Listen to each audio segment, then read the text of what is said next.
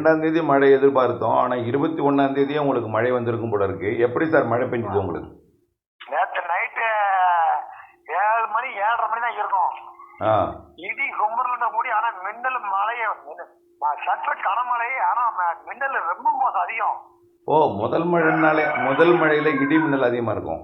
இடி மின்னல் ரொம்ப மேற்க செருவத்தூர் செம்பத்தோப்புல இறங்கிச்சு, அப்படியே மேற்குறைச்சி வந்துச்சு, ஐநாறுகள் வந்துச்சு, நீரதர்கள் வந்துச்சு, காத்து கிழக்கு நோக்கி அடிச்ச உடனே வந்துருச்சு மழை. அதை நம்ம தேர்தல் இன்றைக்கு முதல் நாளிலிருந்து தொடக்கம்னு சொல்லியிருக்கோம். மே மாசம்ல நல்ல மழை இருக்கு. நம்ம எதிர்பார்த்தது வந்து தேர்தல் நாள் தான் நம்ம எதிர்பார்த்தது 22ஆம் தேதி.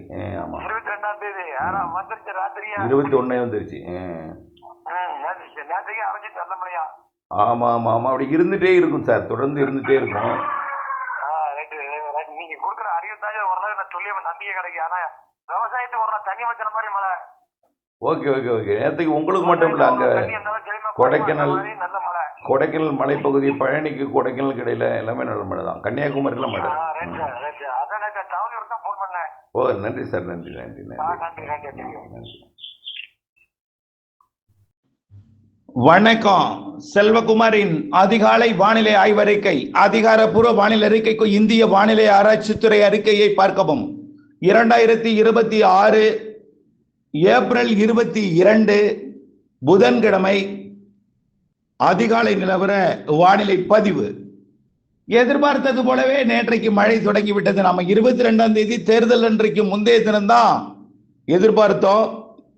ஆனால் நேற்றைக்கே டெல்டா மாவட்டங்களை ஒட்டிய கடற்பகுதி, தென்கடலோரத்தில் ஆங்காங்கே, கன்னியாகுமரி மற்றும் விருதுநகர் மாவட்ட ஸ்ரீவில்லிபுத்தூர் மற்றும் ராஜபாளையம், அய்யனார் கோவில் பகுதி, கொடைக்கானல் மலைப்பகுதி, பழனி மற்றும் பெரியகுளம் இடைப்பட்ட கொடைக்கானல் மலைப்பகுதியெல்லாம் நல்ல மழை பெய்திருக்கிறது, ஒதுக்கி ஒதுக்கி ஆங்காங்கே. இதன் அடிப்படையில் கொல்லங்கோடு நல்ல மழை. அதே போல எதுதேசம் 33 மில்லிமீட்டர் கொல்லங்கோட்டுக்கு அருகே. அடுத்தபடியாக செருங்கோல் 34 மில்லிமீட்டர், 35 மில்லிமீட்டர். மேலும் சூலூர் 20 மில்லிமீட்டர். இதெல்லாமே கன்னியாகுமரி மாவட்டத்தோட மேற்கு பகுதி. தடிகாரகோணம் மழை. அடுத்தபடியாக பல இடங்கள்ல மழை மேற்கு பகுதியில் கன்னியாகுமரி மாவட்டத்தில். பாலூர் மழை. அடுத்தபடியா மயிலார் மழை.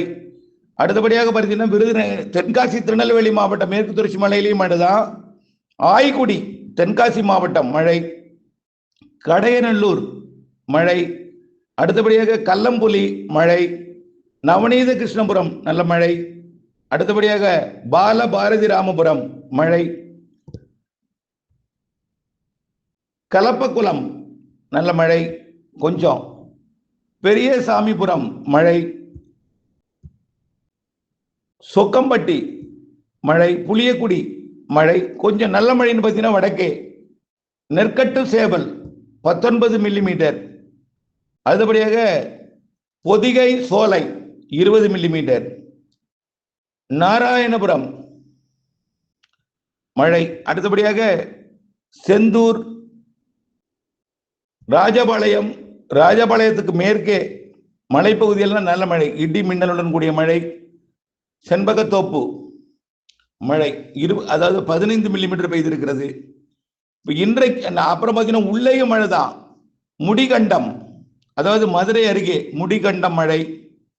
இப்படி அதிகாலையில் பார்த்தீங்கன்னா கடலோரத்திலையும் மழை தான். ராமநாதபுரம் மாவட்டம் என்மனம் கொண்டான் மழை, அதாவது ராமநாதபுரமுக்கும் ராமேஸ்வரத்துக்கும் இடைப்பட்ட என்மனம் கொண்டான் மழை. அடுத்தபடியாக கடலுக்குள்ளர மழை பெய்து கொண்டிருக்கு. அதிராமப்பட்டினம் மற்றும் முத்துப்பேட்டை இடைப்பட்ட பகுதியில், அலையாத்தி காட்டு பகுதியில் மழை பெய்து கொண்டிருக்கிறது. அது அப்படியே கொஞ்சம் மேகமூட்டத்தை கொடுக்கும், குழப்பத்தை கொடுக்கும். நேற்றைக்கு டெல்டாவுக்கு தெற்கே இடிமின்னல் காணப்பட்டிருக்கும் காலை ஒரு 10:11 மணிக்கே. இன்றைக்கும் காலை 10:11 மணிக்குள்ள மதியத்துக்குள்ளார ஒரு இடிமின்னல் மழைப்பொழிவு ஆங்காங்கே இருக்கும் டெல்டாவின் தெற்கு பகுதி. நாம டெல்டாவின் தெற்கு பகுதியை தான் உறுதிப்படுத்திட்டு இருக்கோம். டெல்டாவின் தெற்கு பகுதி மற்றும் தென்கடலோரத்தில் இன்றைக்கு மழை இருக்கும். அதே போல தென் மாவட்டங்களின் கடலோர பகுதிகளிலையும் ஆங்காங்கே ஒதுக்கி புதுக்கோட்டை, ராமநாதபுரம், தூத்துக்குடி இங்கெல்லாம் ஆங்காங்கே மழை இருக்கும். பரவலா இல்லை, ஆங்காங்கே தொடக்கம் தான் இது, படிப்படியா பரவலாகும். அதே போல திருநெல்வேலி கன்னியாகுமரி மாவட்டத்தில் ஆங்காங்கே மழை இருக்கும். நாளை பார்த்தீங்கன்னா கொஞ்சம் நல்ல உள்ள அதாவது இன்றைக்கு நள்ளிரவு நாளை அதிகாலை மேற்கு தொடர்ச்சி மலையில இன்றைக்கு முன்னிரவே விருதுநகர், தென்காசி, திருநெல்வேலி மாவட்ட மேற்கு பகுதி, தேனி, கொடைக்கானல் மலைப்பகுதி, பழனி, கொடைக்கானல் இடைப்பட்ட பகுதி மற்றும் திருமூர்த்தி, வால்பாறை இந்த பகுதியிலையும் இன்றைக்கு மழை வாய்ப்பு இருக்கிறது. புதன்கிழமை 22ஆம் தேதி.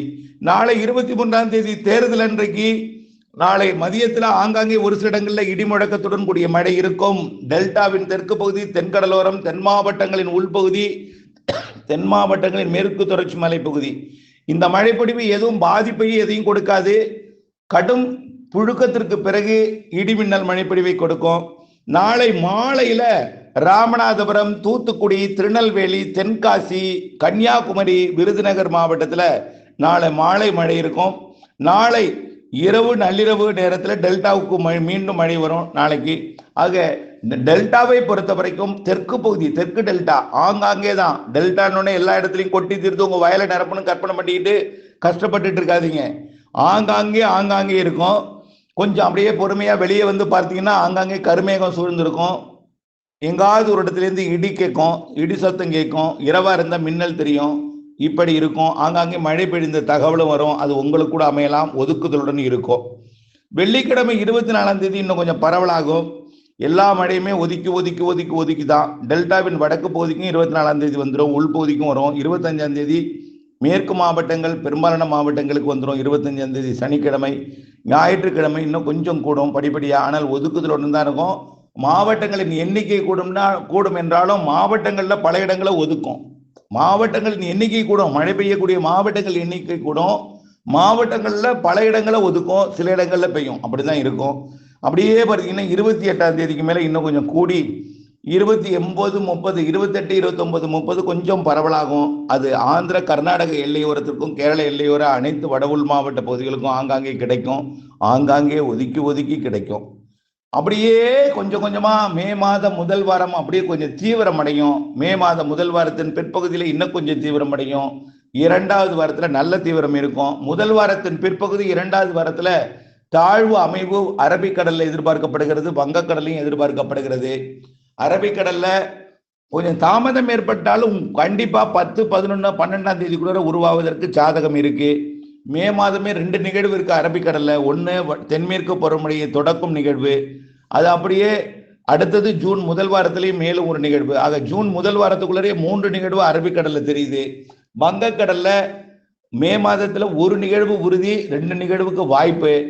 அது பிறகு தென்மேற்கு பருவமழை தொடங்கியதும் ஜூன் முதல் வாரத்திலிருந்து அடுத்தடுத்த நிகழ்வுகள் ஒடிசா, ஆந்திர பிரதேஷ். முதல்ல ஒடிசா, மேற்கு வங்கம், பிறகு ஒடிசாவின் வடக்கு பகுதி, ஒடிசாவின் மத்திய பகுதி, ஒடிசாவின் தெற்கு பகுதி, பிறகு ஆந்திர பிரதேசத்தின் வடக்கு பகுதி, ஆந்திர பிரதேசத்தின் மத்திய பகுதி என்று அப்படியே நிகழ்வுகள் அடுத்தடுத்து உருவாகி தென்மேற்கு பருவமழையை தொடக்கி தீவிரப்படுத்தும்.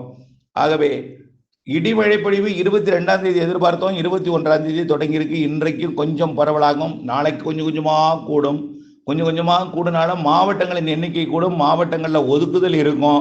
அதை முதல்ல புரிஞ்சுக்குங்க. எல்லா மாவட்டத்துக்கும் வாய்ப்பாக அமைவது 24, 25க்கு மேலே. ஆனால் அது எல்லா மாவட்டங்களுக்கும் வாய்ப்புனா எல்லா இடத்துலையும் பெய்யாது. எல்லா மாவட்டங்களுக்கும் வாய்ப்பாக அமையும், மாவட்டங்களில் சில இடங்களில் பெய்யும் என்பதை நீங்கள் நினைவில் கொள்ள வேண்டும். வெயிலை பொறுத்த வரைக்கும் இந்த 100, 102 என்பது இருந்துகிட்டே இருக்கும். சில இடங்களில் இன்றைக்கு நாளைக்கு 102, 104 கூட போனாலும் அப்படியே இந்த மாத இறுதி நாளில் அப்படியே படுத்துரும் வெப்பம். மாத இறுதி நாளில் மே முதல் வாரத்தில் ஆனால் படுத்திருந்தாலும் ஆங்காங்கே வெப்பம் 100 டிகிரி பதிவாகிட்டு இருக்கும். ஈரோடு, சேலம், கரூர், பரமத்தி இங்கெல்லாம் 100 டிகிரி தொடர்ந்து இருக்கும். இந்த 106 என்பது 100 குறையும்னு ஏற்கனவே நம்ம சொல்லியிருக்கிறோம். ஆகவே இதனிடையே மாலை இரவு இடிமழை பிடிப்பு கொடுத்தால் கொஞ்சம் வெப்பம் தனியும், புழுக்கம் ஏற்படும். மழைக்கு முன்னாடி புழுக்கம், வியர்வை இருந்து தான் மழை வரும். அதை முதல்ல புரிஞ்சுக்கிங்க. கோடை மழைக்கு முன்பு புழுக்கம், வியர்வை எல்லாம் வந்த பிறகுதான் இடிமழை வரும் என்பதையும், அது காற்றுடன் வரும் என்பதையும், இடிமின்னல் கூடுதலாக இருக்கும் என்பதையும், கோடை மழை ஒதுக்கித்தான் என்பதையும், படிப்படியாகத்தான் பரவலாகும் என்பதையும், அப்படியே பரவலாக எல்லாருக்கும் இந்த சுற்றில் பெய்தாலும் எங்காவது இடத்துல ஒதுக்கி இருக்கும் என்ற மனநிலையுடன் எங்களுக்கு ஏன் பெய்யலுங்கிறத கோபப்படக்கூடாது. ஒதுக்கியும் இருக்கலாம். ஏன்னா கோடை மழை, ஏன்னா தமிழ்நாட்டில் உள்ள அத்தனை பேரையும் தெரியும் எனக்கு. ஒரு இடத்துல ஒதுக்கினாலும் ஒரு இடத்துலேருந்து வரக்கூடிய குத்தல் பெரிய கொடுமைப்படுத்தி விட என்ன முதல்ல புரிஞ்சுக்குங்க. ஒதுக்கி ஒதுக்கி பெய்யும் மழை. தொடக்கியது இதில் முன்னாடியே ஆடியோ ஒன்று பதிவு பண்ணியிருக்கேன். அது ஸ்ரீவில்லிபுத்தூர், ராஜபாளையம், ஐயனார் கோவில் பகுதியிலிருந்து நேற்றைக்கு பெய்த மழை பகுதியிலிருந்து வந்த தகவல். இணைந்திருங்கள். அப்டேட் சொல்ல நன்றி.